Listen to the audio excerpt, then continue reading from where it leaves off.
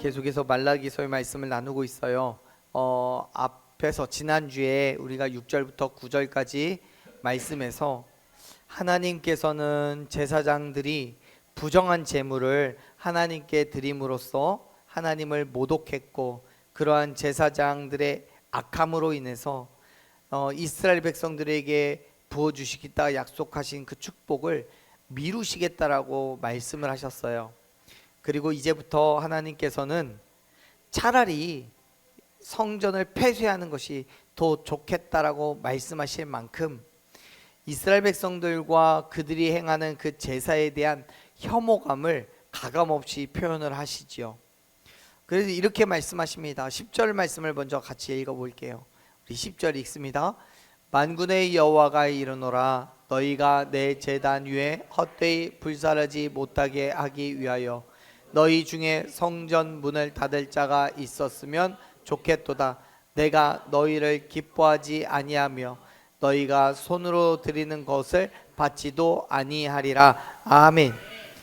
지금 하나님께서는 제사장들의 잘못된 제사의 행위를 차마 눈을 뜨고 볼 수가 없어서 차라리 성전 문을 닫아버렸으면 좋겠다라고 말씀하십니다. 지금 하나님이 말씀하시는 것은 닫아버리는 게 어떻겠느냐라고 말씀하시는 게 아니에요. 닫을 수도 있다도 아니에요. 이거는 닫아버려라 라고 명령하시듯이 말씀하시는 거예요. 그만큼 당시의 제사 행위에 대해서 큰 분노를 느끼고 계셨던 거예요. 그 분노가 얼마나 컸든지 하나님께서는 이스라엘 백성들을 기뻐하지도 않으시고 그들의 예배를 받지도 않으시겠다라고 말씀하셔요. 여러분, 지금 하나님이 제사를 싫어하시거나 혹은 제사할 필요가 없으니까 하지 말라고 말씀하신 게 아니에요. 왜요? 하나님께서 하지 말라고 그러시는 건 그릇된 제사, 거짓된 제사를 말하는 거예요. 그게 뭐예요?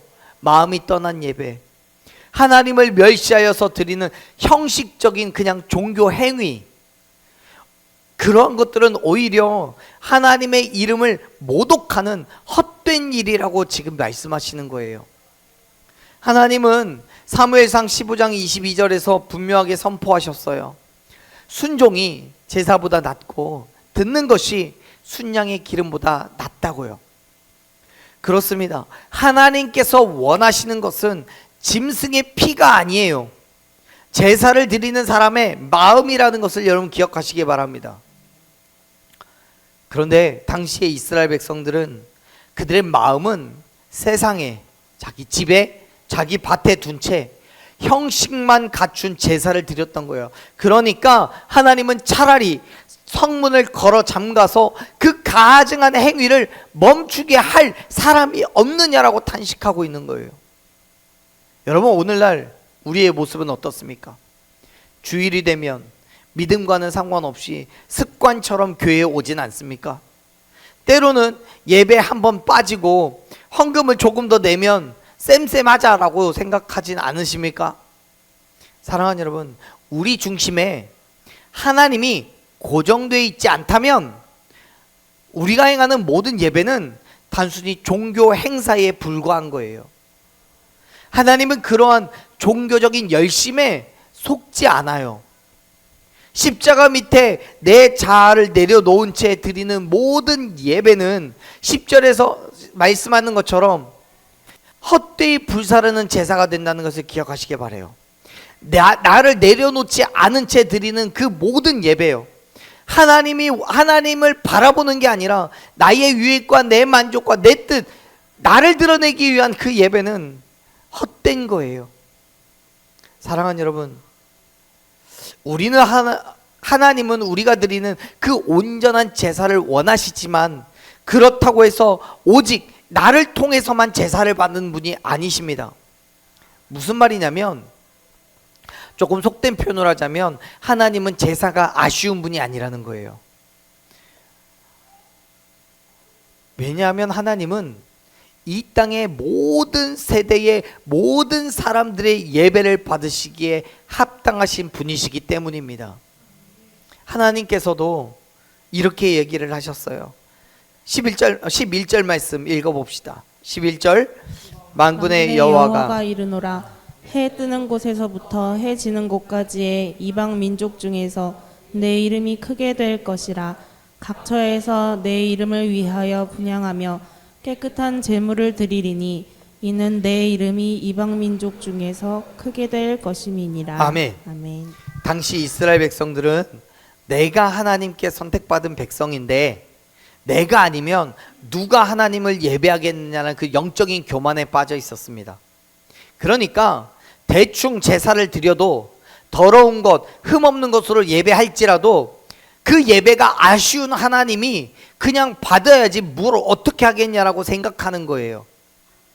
그러한 이스라엘 백성들의 말도 안 되는 교만함에 하나님께서 선언하시는 거죠. 뭐라고요? 해 뜨는 곳에서부터 해 지는 곳까지의 이방 민족 중에서 내 이름이 크게 될 것이라고요. 그렇습니다. 사랑하는 여러분, 하나님은 이스라엘이라는 작은 울타리에 갇혀 계시는 분이 아니십니다. 해 뜨는 곳에서부터 해 지는 곳까지 이 땅의 모든 곳에서 하나님께 영광과 찬송을 드리며 또 그 모든 영광과 찬송을 받으시기에 합당하신 유일한 분이심을 여러분 믿으시길 바랍니다. 시편 113편 3절에서도요, 저자는 동일하게 하나님은 해 돋는 데서부터 해 지는 데까지 찬양 받으실 것을 선언합니다. 사랑하는 여러분, 우리가 예배하지 않아도 하나님의 영광은 조금도 줄어들지 않아요. 아니, 오히려 누가복음 19장 40절에서 예수님께서 말씀하신 것처럼 우리가 찬양하지 않으면 돌들이 소리를 지를 거라고 말씀하신 것처럼 우리가 잠잠하면 하나님께서는 다른 것들을 세우셔서 하나님의 영광을 돌리게 하실 것을 믿으시길 바랍니다. 그렇습니다. 하나님은 그렇게라도 반드시 찬양을 받으시는 분이시고 그럴 만한 능력과 권위를 가지고 계신 분이십니다. 그래서 11절 뒷부분에서 말씀하시는 거예요. 각처 모든 땅에서 하나님의 이름을 위하여 분향하고 깨끗한 제물을 드리는데 하나님의 이름이 이방민족 중에서 크게 되기 때문이라고요. 다시 말해서 하나님께 대한 예배가 예루살렘에만 제한적으로 드려지는 게 아니라 하나님을 경외하는 사람이 있는 곳이라면 어디서든지 진정한 예배가 드려질 거라고 선언하고 계시는 거예요.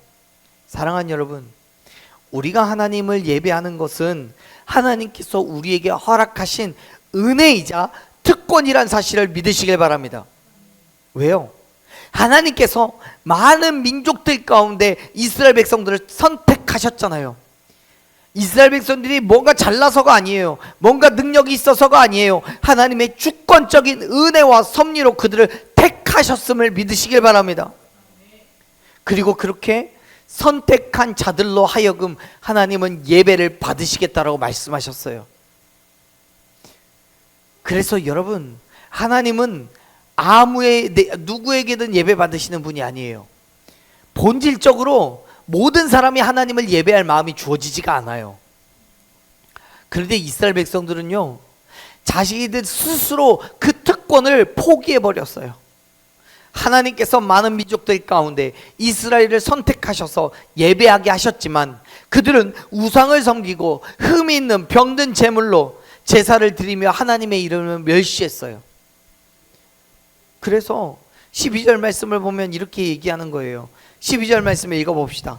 그러나 너희는 말하기를 여호와의 식탁은 더러워졌고 그 위에 있는 과일 곧 먹을 것은 경멸히 여길 것이라 하여 내 이름을 더럽히는도다. 아멘. 이스라엘 제사장들은 입으로는 하나님을 섬긴다고 하면서 속으로는 하나님께 드릴 것을 경멸히 여겼어요. 하나님께 드리는 떡이나 제물을 가치 없게 여겼다는 거예요. 여호와의 식탁이 더러워졌다잖아요. 그거는 히브리적인 표현에서 제물을 하나님의 율법에 따라서 준비하지 않았다라는 얘기예요.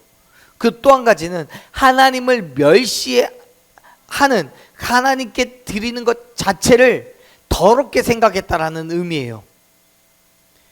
어떤 의미로 해석을 하든 제사장들은 자신들의 책임을 다하지 않은 거예요. 일말의 책임감도 없어요. 물론 여러분 100번 양보해서 사람이 하는 거니까 더러워질 수 있어요. 그런데 그 부분은 해결하면 되잖아요. 예컨대 우리 지난주에 나눴듯이 가난한 과부의 두 렙돈처럼요, 내가 가지고 있는 것이 그거밖에 없다면, 그것이라도 하나님께 드리고 싶은 그 열망과 열정이 있다면 하나님께서 그 예물을 더럽다라고 꼬작 두 렙돈 주냐고 뭐라고 하시겠냐고요. 아니란 말이에요. 그런데 제사장들이 그렇지 않아요. 흠이 있는 제물을 하나님께 드리면서 이렇게 말하는 거예요. 더러워졌네? 어쩔 수 없지. 그냥 드려야지. 그래도 하나님은 받으시겠지. 여러분, 지금 제사장들의 이러한 태도가 얼마나 엉망진창입니까? 정말 하나님을 예배하고자 하는 것이 맞는지 의심이 될 정도지요. 그만큼 하나님께 드리는 예배를 소홀히 했다는 거예요. 그런데 여러분, 이게 왜 무서운 죄겠습니까? 재물을 대하는 태도가 곧 그 재물을 받으시는 하나님을 대하는 태도이기 때문에 그래요. 그렇습니다. 사랑하는 여러분, 하나님은 어느 곳에서든지 예배 자체가 아니라 예배하는 자의 마음을 더 중요하게 보심을 믿으시길 바랍니다. 이러한 동일한 선언이 신약에도 있죠. 요한복음 4장 말씀을 보면요, 예수님을 만난 사마리아 여인이 그렇게 물어요. 예루살렘에서 예배해야 되냐, 아니면 사마리아 성에 있는 그리심산에서 예배해야 되냐고요. 예배를 도대체 어디에서 해야 되냐 라고 묻자 예수님께서 그렇게 대답합니다. 요한복음 4장 23절 24절 한번 읽어봅시다. 아버지께 참되게 예배하는 자들은 영과 진리로 예배할 때가 오나니 곧 이때라. 아버지께서는 자기에게 이렇게 예배하는 자들을 찾으시느니라. 하나님은 영이시니 예배하는 자가 영과 진리로 예배할지니라. 아멘. 여러분, 우리의 모습을 한번 돌아봅시다. 하나님의 말씀보다 세상이 더 중요하게 보이고 기도하는 시간보다 돈을 버는 시간이 더 가치 있게 느껴진다면 그것이 바로 하나님의 식탁을 경멸하는 거예요. 내 만족과 내 판단이 하나님의 기준보다 앞서는 순간 우리는 이미 하나님의 이름을 더럽히고 있다라는 거예요. 지금 이스라엘 백성들이, 당시의 제사장들이 그랬어요. 하나님의 마음이 아니라 자신의 생각대로 하나님을 예배했어요. 온전한 것으로 예배하라는 하나님의 말씀이 너무 불편했어요. 그래서 13절에서 보면 이렇게 이야기하는 거예요. 13절 읽어봅시다. 만군의 여호와가 이르노라. 너희가 또 말하기를 이 일이 얼마나 번거로운고 하며 코웃음 치고 훔친 물건과 저는 것 병든 것을 가져왔느니라. 너희가 이같이 봉헌물을 가져오니 내가 그것을 너희 손에서 받겠느냐. 이는 여호와의 말이니라. 아멘. 지금 이스라엘 백성들은 하나님을 향해서 하나님께 제사를 드리는 것이, 하나님께 드리기 위해서 흠 없는 것, 정결한 것, 깨끗한 것을 구하여 놓는 것이 얼마나 번거롭냐라고 말합니다. 우리 성경에서 번거로운 거라고 번역한 히브리어는 매우 짜증이 나고 거추장스럽게 여길 만큼 어렵고 고통스럽다는 의미를 가지고 있어요. 당시의 제사장들이 하나님을 예배하는 순서와 방법에 대해서 짜증나고 거추장스럽게 여긴다는 거예요. 결국 하나님을 예배하는 것이 어렵고 고통스러울 만큼 귀찮고 짜증나는 일이었지만 마지못해서 할 수 없이 하고 있었던 거예요. 그래서 어떻게 해요? 코웃음까지 쳐가면서 아무런 재물이나 함부로 바치고 제사의 규례를 지키지 않았어요. 나의 것, 귀한 것을 드리는 게 아까웠어요. 어차피 태워 없애버릴 건데 아무거나 드리면 어쩌냐라고 생각하는 거예요. 그래서 훔친 것 드려요. 저는 것 드려요. 병든 것 드려요. 하나님을 그렇게 예배한다고 가져와요. 그러니까 지난주에 말씀드린 것처럼 총독에게 바쳐도 총독도 기쁘게 받지 않을 것을 하나님께서 기쁘게 받으실 거라고 생각하는 거예요. 여러분, 당시 총독에게 결함 있는 것, 흠 있는 것을 바치면 반역죄에 해당할 정도였대요. 그러니까 눈에 보이는 세상 권력자 앞에서는 가장 좋은 것을 준비하며 벌벌 떠는 사람들이 만군의 여호와 하나님 앞에서는 세상에서도 쓰지 못할 쓰레기를 던져주면서 그것으로 충분하다고 말하는 게 얼마나 가증스럽습니까? 그렇다면 여러분, 이제 우리를 한번 돌아봅시다. 나는 내 시간과 내 재능, 그리고 나의 물질, 내 삶의 우선순위를 어디에 두고 있습니까? 나를 위해서 쓸 때는 최선의 것을 고르면서 하나님께 드릴 때는 남는 것, 짜투리 이런 걸 드리고 있지는 않습니까?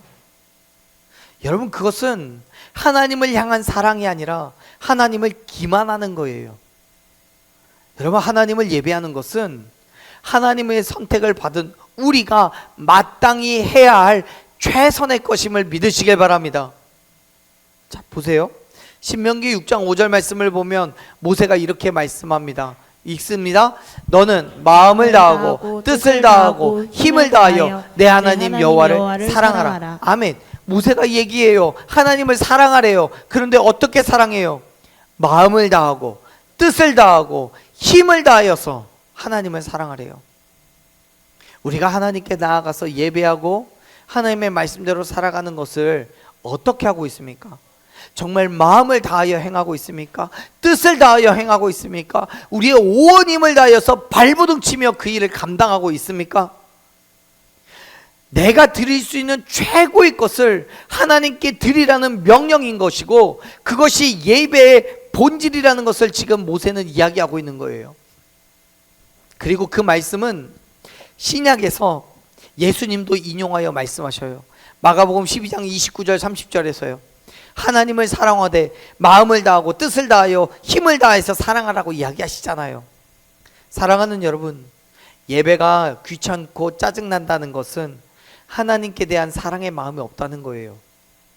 예배를 드리는데 힘들고 귀찮다는 건, 이 시간에 차라리 다른 거라면 잠을 자면 좀 더 편할 텐데 라고 생각하는 건 하나님을 향한 갈망함이 없다는 거예요. 여러분, 사랑을 하면 지겹지 않잖아요. 사랑하는 사람과 함께 있으면 그를 위해서 행하는 모든 것이 힘들지 않잖아요. 오히려 콧노래가 나오고 웃음이 배어져 나오는 거예요. 물론 여러분, 지금은 안 그러실 수 있어요. 시간이 하도 오래 지나서. 하지만 여러분, 처음 나의 연인을 만나고 결혼을 하고 자녀를 낳았을 때를 기억해 보세요. 그때는 지금처럼은 아니잖아요. 그렇다고 지금도 사랑하지 않는 건 아니에요.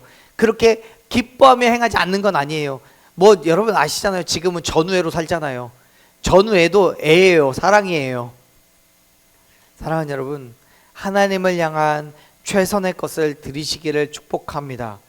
하나님께 온전한 찬양과 경배를 드리는 저와 여러분 되기를 간절히 축원합니다. 바울은 로마서 12장 1절에서 우리에게 그렇게 선언했어요. 같이 읽어봅니다. 그러므로 형제들아, 내가 하나님의 모든 자비하심으로 너희를 권하노니 너희 몸을 하나님이 기뻐하시는 거룩한 산 제물로 드리라. 이는 너희가 드릴 영적 예배니라. 아멘.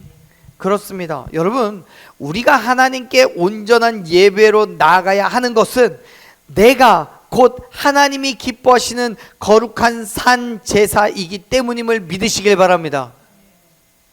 그건 절대로 지겨운 노동이나 귀찮은 의무가 아니에요. 하나님께서 우리에게 명령하셨을 뿐만 아니라 우리가 지켜 행하도록 우리의 환경과 형편을 살펴주심을 여러분 믿으시길 바랍니다.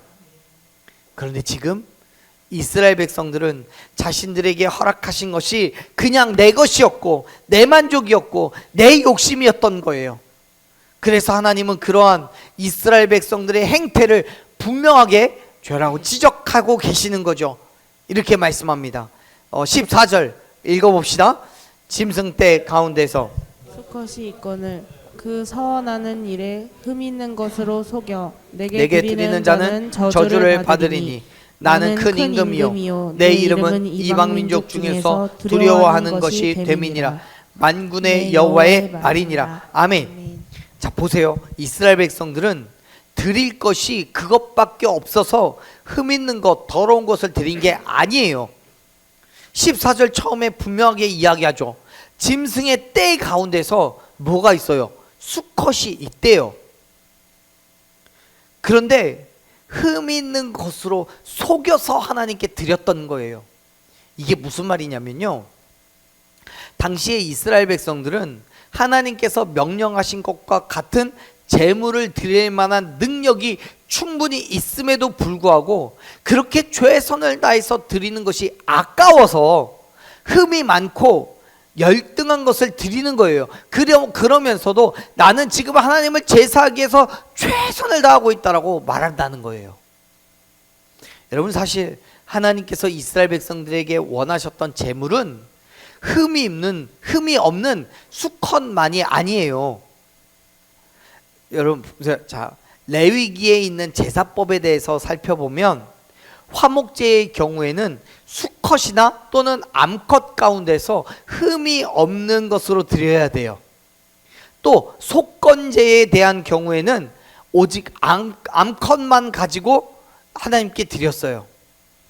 그 이외의 모든 제사에는 수컷을 제물로 드려야 돼요. 근데 그 모든 제물들은 당연히 흠이 없어야 돼요. 저는 게 없어야 돼요.